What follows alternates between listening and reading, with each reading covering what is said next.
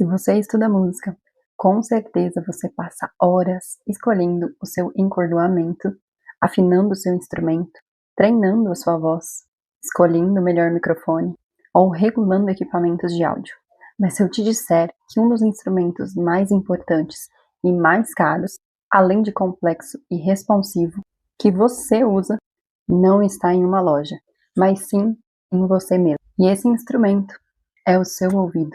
Hoje no nosso Encontro Conexa nós vamos falar sobre o sistema auditivo e como ele age e funciona junto ao sistema nervoso central para nos fazer ouvir e entender o som. Existe uma diferença muito grande entre a física do som e a nossa percepção de música.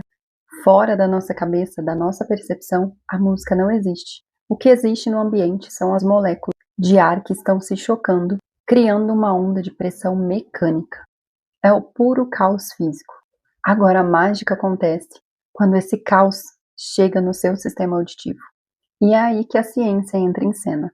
Hoje, vamos desmontar o seu hardware biológico para entender como o seu cérebro musical é literalmente reprogramado. E por que a sua anatomia pode ser diferente da anatomia de pessoas que não são da música.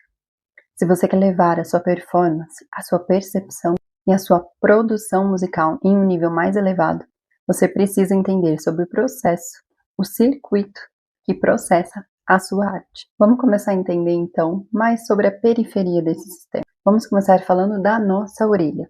Essa estrutura que nós visualizamos é chamada de orelha externa. Ela funciona como uma concha acústica que é projetada para captar essas ondas de pressão que estão no ambiente, que estão no ar e vão direcionar para o canal auditivo. No final desse canal auditivo nós temos o tímpano, que é uma membrana fina que consegue vibrar de acordo e na mesma frequência da onda sonora que está chegando nesse local. Mas se o ar é um elemento que é mais leve e o interior do nosso ouvido é preenchido por líquido, que é uma matéria mais densa, como que a gente faz o som passar do ar para a água sem perder energia? E é aqui que entra os 3 ossículos, os 3 menores ossos do nosso corpo humano. O martelo, a bigorna e o estribo. Eles funcionam como um braço de alavanca.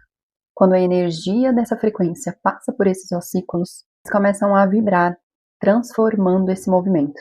Eles aumentam a força de vibração em até 20 vezes, para que seja possível mover o líquido dentro desse sistema auditivo. Mas onde está localizado esse líquido dentro do nosso ouvido? Ele está no famoso caracol, que é a nossa cóclea. Se nós pudéssemos desenrolar a nossa cóclea, esticá-la como uma fita, veríamos a estrutura mais musical da biologia humana. Ela possui uma propriedade chamada tonotopia. Possui uma base rígida e estreita que responde somente a frequências mais altas, os agudos. Já no topo desse caracol, a membrana fica mais flexível e mais larga, respondendo agora às frequências mais baixas, sons mais graves. Olha que incrível!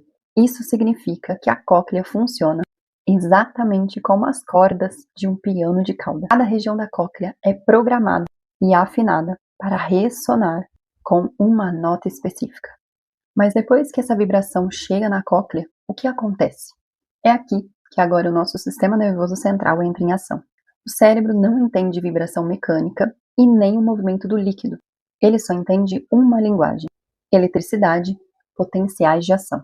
Então, como que ocorre a transformação desse movimento em um processo elétrico, que é chamado de impulso? O segredo ainda está dentro da cóclea, através do órgão de Corte, que possui milhares de células ciliadas. São células que possuem filamentos no topo, parecidos com pelinhos, que são chamados de estereocílios. Então, quando o líquido da cóclea se move, ela cria uma onda mecânica que acaba movendo esses cílios. Quando esses cílios se curvam para um lado, eles abrem canais de potássio e de cálcio na membrana dessa célula.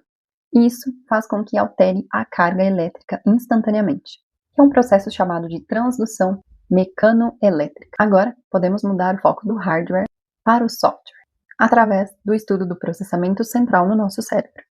E é nessa parte que nós conseguimos entender por que o cérebro de músicos é diferente de um cérebro de pessoas que não estimulam esse conhecimento.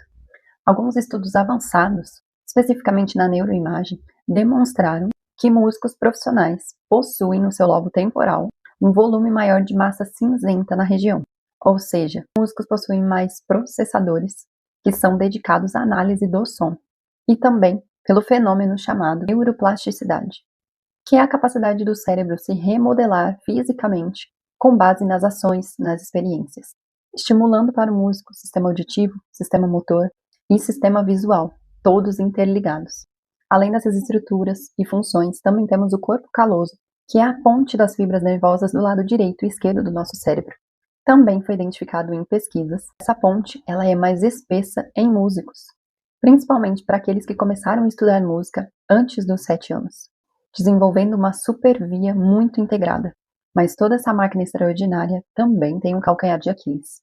Como o sistema de vocês é hiperconectado e sensível, ele também é muito vulnerável ao abuso. Quando estudamos a saúde do músico, vemos que exposições contínuas a níveis elevados de pressão sonora pode desencadear doenças e disfunções. É possível desenvolver a perda auditiva induzida por ruído. É uma das principais e mais comuns, que é uma queda acentuada na nossa audiometria, especificamente a frequência de 4.000 Hz. Isso ocorre quando sobrecarregamos o nosso sistema auditivo há muito tempo de exposição, e a energia que se torna destrutiva invade a cóclea e esmaga as células ciliadas. Uma vez perdida, elas não se regeneram, e o músico que possui essa patologia começa a perder a sensibilidade para os agudos, podendo ter uma sensação de sons abafados, perdendo definição de timbre e brilho de arranjos. E é uma doença silenciosa que avança, e geralmente sem dor ao longo dos anos. Geralmente associado a ela, temos também o tinnitus, também conhecido por zumbido crônico. Esse som ele é uma ilusão neurofisiológica, que ocorre quando algumas células ciliadas dessa região da cóclea, geralmente responsável pela percepção de notas específicas, quando as células ciliadas de uma frequência específica morrem, geralmente por trauma acústico, elas param de enviar o sinal elétrico para o cérebro. É como se o seu córtex auditivo, que sempre recebeu aquela frequência, não recebendo mais, agora entra em abstinência. E para compensar essa falta de sinal, o cérebro agora aumenta o ganho elétrico interno daquela região. Você começa a ouvir um apito, um chiado, que é gerado pelo próprio cérebro, uma das disfunções mais impactantes. Essas doenças podem ser muito prejudiciais ao seu trabalho, à sua área profissional, e muitas vezes até incapacitante. Então, cuidar do seu sistema auditivo, realizando pausas a cada hora de som de exposição sonora, realizando o uso de protetores com atenuação linear, não é preciosismo. É sim uma estratégia de sobrevivência profissional. Sem esse sistema em perfeito estado, a percepção e interpretação auditiva não tem como funcionar. Então, cuide bem da sua anatomia e da sua fisiologia. Usem as suas estruturas com muita sabedoria. Se você gosta de conteúdos como esse, curte, se inscreve no canal. Obrigada pela sua presença e até a próxima!